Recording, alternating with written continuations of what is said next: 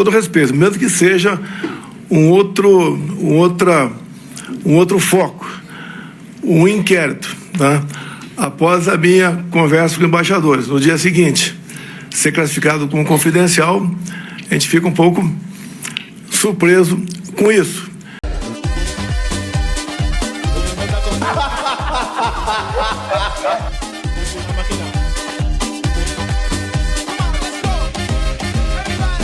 Com toda certeza, nós não estaremos aqui hoje. Na verdade, não há nenhuma dúvida sobre o sistema eletrônico e esse inquérito não tem absolutamente nada a ver com as urnas eletrônicas, absolutamente nada, e a sua defesa vai poder esclarecer bem porque já está juntado aos autos. Mas da live, acho que isso é o importante. Vamos a um terceiro ponto que é também importante, citado na denúncia, se o senhor quiser esclarecer. É um ponto que, inclusive, gerou a ação de inelegibilidade no Tribunal Superior Eleitoral, que é a reunião com os embaixadores, a reunião ocorrida dia 19/7/2022. Nessa reunião, em que, na condição de presidente da República, o senhor convidou mais de uma centena de embaixadores, houve várias afirmações e vários ataques à justiça eleitoral, ao poder judiciário e à lisura das eleições. O senhor obviamente se recorda dessa reunião. Eu vou citar alguns trechos aqui e o senhor fique à vontade se quiser esclarecer. Volta essa questão do inquérito, que, como eu disse, o inquérito não tem absolutamente nenhuma ligação com as urnas.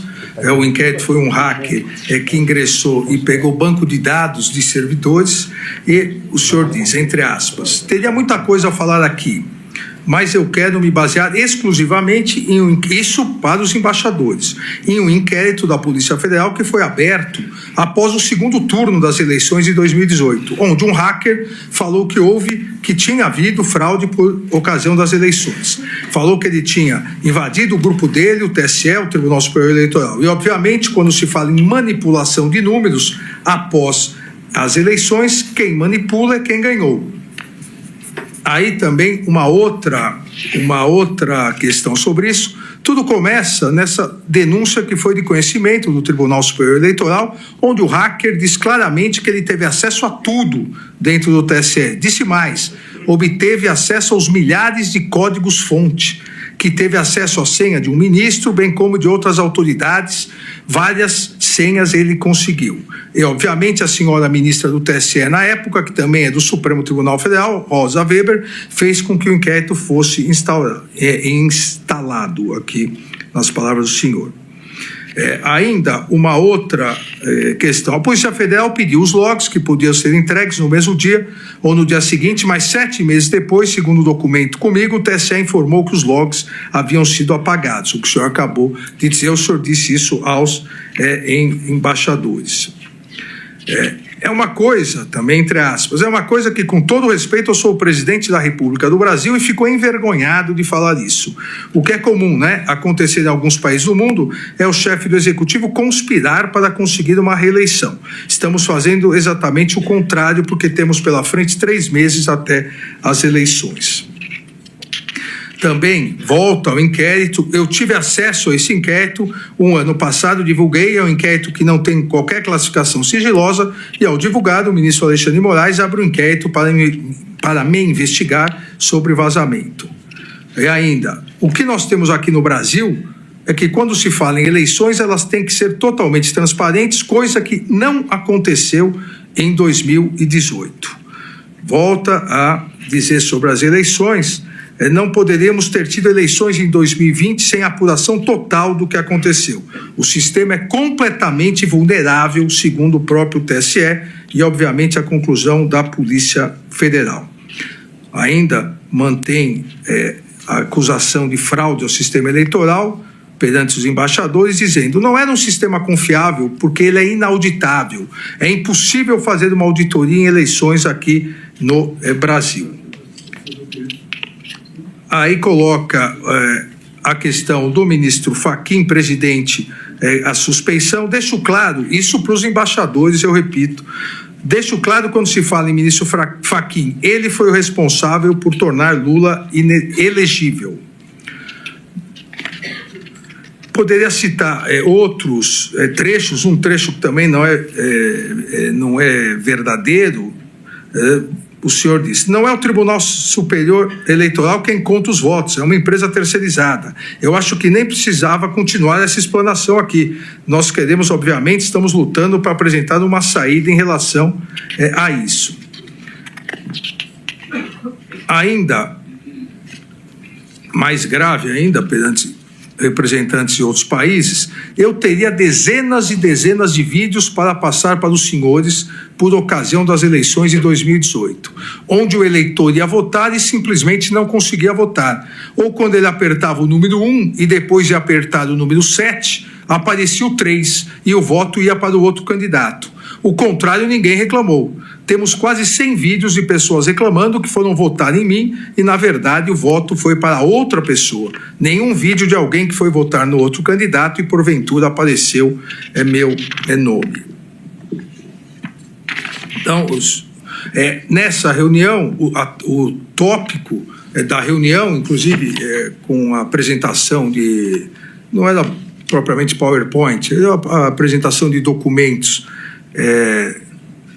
no telão. O tópico foi a acusação de fraude nas urnas eletrônicas e parcialidade da Justiça Eleitoral.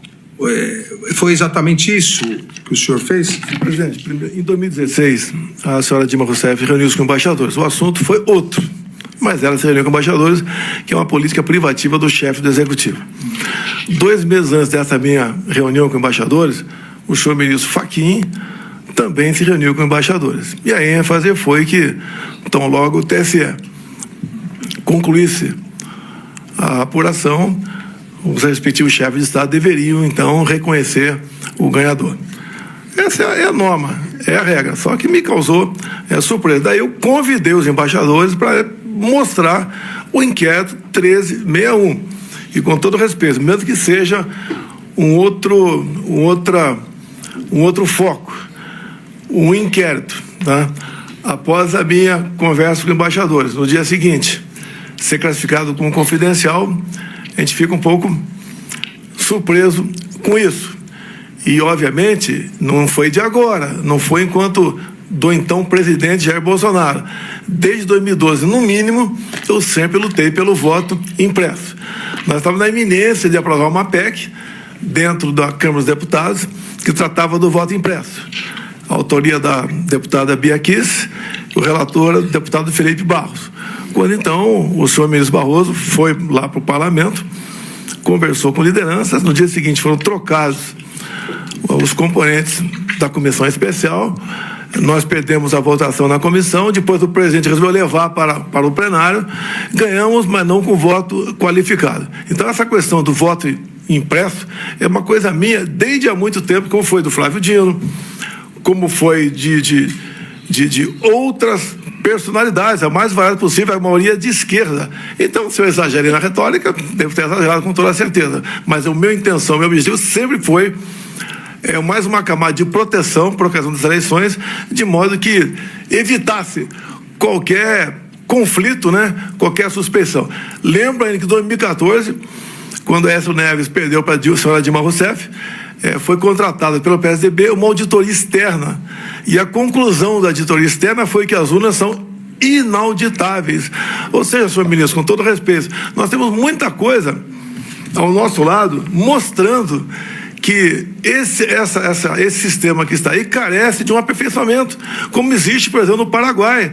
No Paraguai, a eleição, no meu entender, ideal, o papel da urna, como passou a existir nas últimas eleições até na Venezuela, que foi permitido lá notar que algo de anormal estava acontecendo. Nós não podemos esperar que aconteça isso no Brasil para tomar providência. Me permita aqui, eu estou baseado, as minhas críticas, eu posso ter exagerado na forma, na entonação, mas na Associação Nacional dos Peritos Criminais Federais, não sou eu que, da minha cabeça, se bem que acredito, com todo respeito, pela imunidade parlamentar, pelo fato do parlamentar ele poder usar das palavras, voto, à vontade, eu poderia lá atrás, como sempre falei isso aí, talvez esse vício eu tenha trazido para o Poder Executivo. E repito mais uma vez aqui, são dos peritos, né? Mais uma vez, fraude sistêmica facilitada. Consenso científico, todo sistema eletrônico computacional possui vulnerabilidades. A intenção minha não é desacreditar, sempre foi alertar para aprovar. Hoje o clima está tão esquisito, até dentro do parlamento, que quando se busca uma assinatura para uma PEC do voto impresso, o parlamentar tem medo de assinar a PEC. Tanto é também, senhor ministro, talvez você esteja sabendo, um projeto de reforma eleitoral está no Senado Federal já na reta final. E lá tem um artigo que diz que todo aquele que duvidar, como eu duvidei aqui, do sistema eleitoral, pena 7 anos de reclusão. Eu acho que isso não é democracia, não é o que nós queremos. Nós queremos, com toda certeza, a Vossa Excelência quer e acredita no sistema. Tudo bem, a opinião do senhor, a minha opinião por lá de cá também. Nós devemos buscar aí uma maneira de evitar que isso aconteça. Repito, né? As pessoas se gabam de viver. E você aí já está preparado para ter todos os argumentos para dizer que Marx não foi um cara legal, para dizer que o comunismo não é um lugar para diversidade, para desmontar essa grande fake news histórica da esquerda, que é repetida por nossos professores de história, de geografia, de sociologia, que é repetida nas universidades, que é repetida nos livros.